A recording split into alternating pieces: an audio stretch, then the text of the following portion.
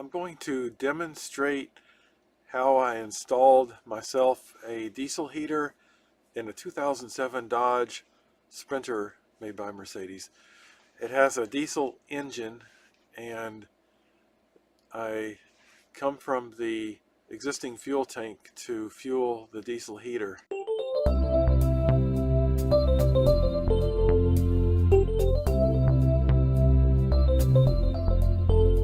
This is the control for it. The reason why I put it there is because I need it centrally located so I can adjust it while I'm sleeping and while I'm here in the office area. To turn it on, there are several ways. Generally I just push the right button, then the middle one, and set it at 19 degrees Celsius. Because it is made in Russia, it is Celsius. This is a Planar brand.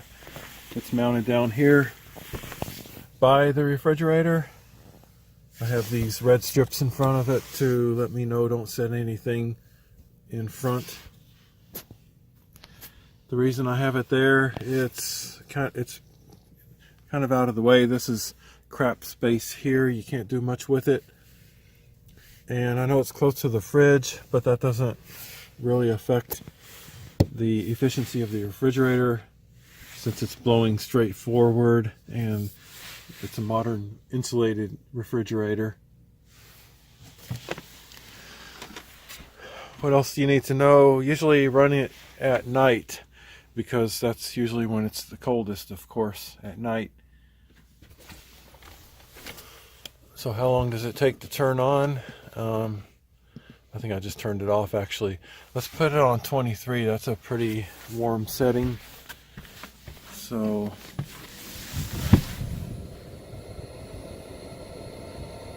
it's blowing now. This video is also designed to let you hear how loud it is. It's very quiet. This is the 4K version. There's a 4 and a 2 kW, kilowatt. It doesn't go by amps or watts, but rather kilowatts. I guess that's per hour. 4,000 kilowatts per hour. What are you doing, buddy? It's about time to give him his insulin shot and his various little medications and foods. He's 15.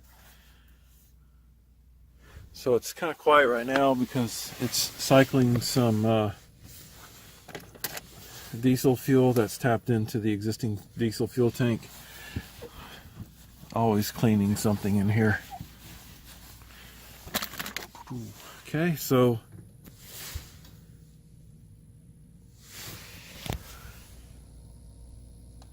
it's pretty quiet right now as it's there's a light tapping sound. That means the fuel pump is pumping some diesel in here.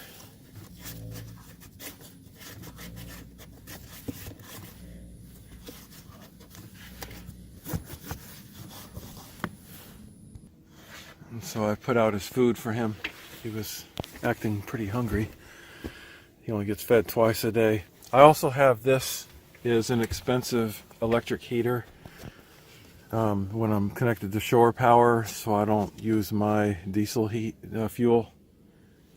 This is the reason why I got this. Everything's just always coated with something, no matter how much I clean.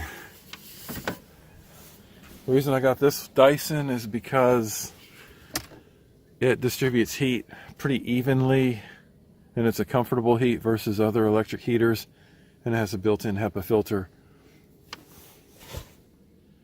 Hey buddy, I just gave you, look, you got eggs, canned food, you got some premium raw coated food there.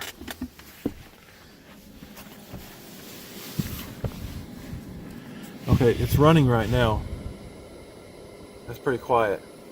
The advantage of diesel over propane is diesel doesn't cause nearly, not even close to how much condensation a propane heater would cause inside.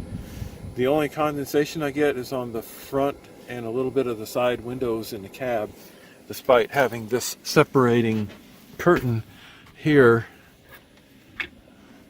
Largely I keep this closed for privacy and to isolate the cold air from the front cab. If I had a guest that would use the front swivel chair, then that would make this kind of useless, the separation, if she were to sit in that front chair, or if I were to sit in it and she sat here, whichever. Okay, so a solar powered air conditioner in the back there. That's a different video someday. Here's my energy status. I'm a little bit low on energy because I'm in the coastal California during the winter near San Francisco. Pretty cloudy. All right, let's go outside and we'll listen to what it sounds like out here. Actually, my neighbor over there has a Honda EU 2000 generator running that is noisier at this distance than my diesel heater, and I wanted to make this video to demonstrate the difference while I was here between one of the world's most quiet generators on the market, the Honda EU 2000, way over there, compared to my diesel heater, which is mounted on the driver's side underneath. So it's kicking on now. You can hear it. I'm right directly underneath the unit, and it exhausts out that way towards the back. You want some distance between the intake and the exhaust. They should not be close together. Showing you some perspective on the installation location. On my website, econito.org, I do have full disclosure diagrams and everything on the installation, the photos and all that. So again, the exhaust here. And this is as loud as it ever gets. It's going to get a lot more quiet as it starts to not require so much fuel pumping. So it's still okay for stealth camping, for example. Someone would have to be pretty close to the vehicle to notice that there's something running there, and most people wouldn't have a clue what that is. So it mostly makes kind of a little clicking sound and not very loud. Over here I can hear my diesel heater versus the Honda generator. They're both about the same noise level. Well, the Honda generator over there would be much louder if I actually walked up to it. But standing so close to my vehicle, I can definitely hear the diesel heater. It's running at full blast because I put it at 23 degrees Celsius. I don't know, is that about 90 degrees Fahrenheit or something? 80 or 90? The reason why I installed the heater on that side of the vehicle instead of this side is because a lot of times I have my sliding door open or I'm in and out on this side, and I don't want the fumes coming in. And also my plumbing is located under that side. So this side over here is more freed up for something like that. Some people have something like a VW camper bus like that one. That's got to be very difficult to climate control in there with a pop top. I don't want to shine my light on it too long. They might get freaked out. So I'll come back over here and talk about that. Yeah, like the VW bus, very, very poorly insulated. They must have to go through a lot of propane and dealing with a lot of condensation problems in that thing. I've come back inside. I definitely have to turn this way down. It's getting too hot. Oh yeah, this diesel heater is extremely effective. It is incredibly effective. It will roast you out quick. This van is 100 square feet living space. That's not much, but oh wow, he ate quite a bit there. I gotta loosen it up a little bit so he's blind. He's 100% blind, if you didn't know. So over the past about 10 months. Okay, so yeah, I got pretty hot in here suddenly, and it's winding down. Shut it off. Let me know if you have any questions about the diesel heater. It's a Planar brand, Planar. They've come down quite a bit in price. They're about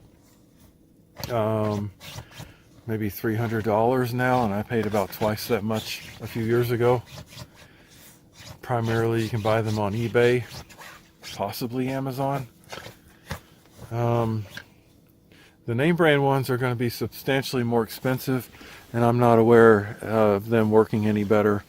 I've been using this now for pretty good over 2 years, no problems with it. It's pretty awesome. My electrical system is down there. Way down there, and the battery, you can't see it. So yeah, look forward to some comments, suggestions, or anything like that. An emergency source of heat option would be to simply start up the diesel engine and run the heat from the cab there. But of course the problem with that is that's a very expensive diesel heater, and I don't want to cause wear and tear on it. And there's more chance of carbon monoxide poisoning from the tailpipe doing it that method. If there's a leak in the system anywhere, it will much easier come in the cab. This diesel heater does not have a diesel engine, such as like the main engine on this Sprinter van, but rather it just pumps the diesel in and burns it and exhausts the toxic fumes out, and only the clean hot air in. So it's a clean air method of heating. I'm not sure how much cleaner compared to propane, maybe the same. Here's some information on the website econito.org on the diesel heater. Here's a photo of the top storage area removed so you can see what it looks like. Some tips and tricks, installation photos during the install. There's the fuel pump underneath the vehicle. You have the option, you can mount the fuel pump inside the vehicle also, but if you do that, it's going to be noisier inside. So you'll be more of a stealth camper, but at the expense of your sanity of listening to clicking sounds on the inside versus outside.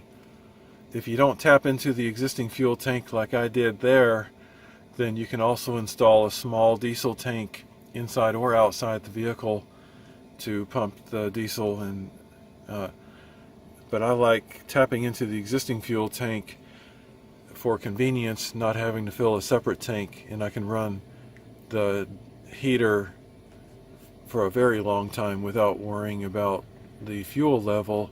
The disadvantage is I cannot accurately determine fuel efficiency, fuel economy, because I don't know how much this diesel heater has used when I calculate miles per gallon. But I already know this Sprinter gets at worst 17 and at best about 24 miles per gallon. Alright, super. Please like, subscribe, and comment.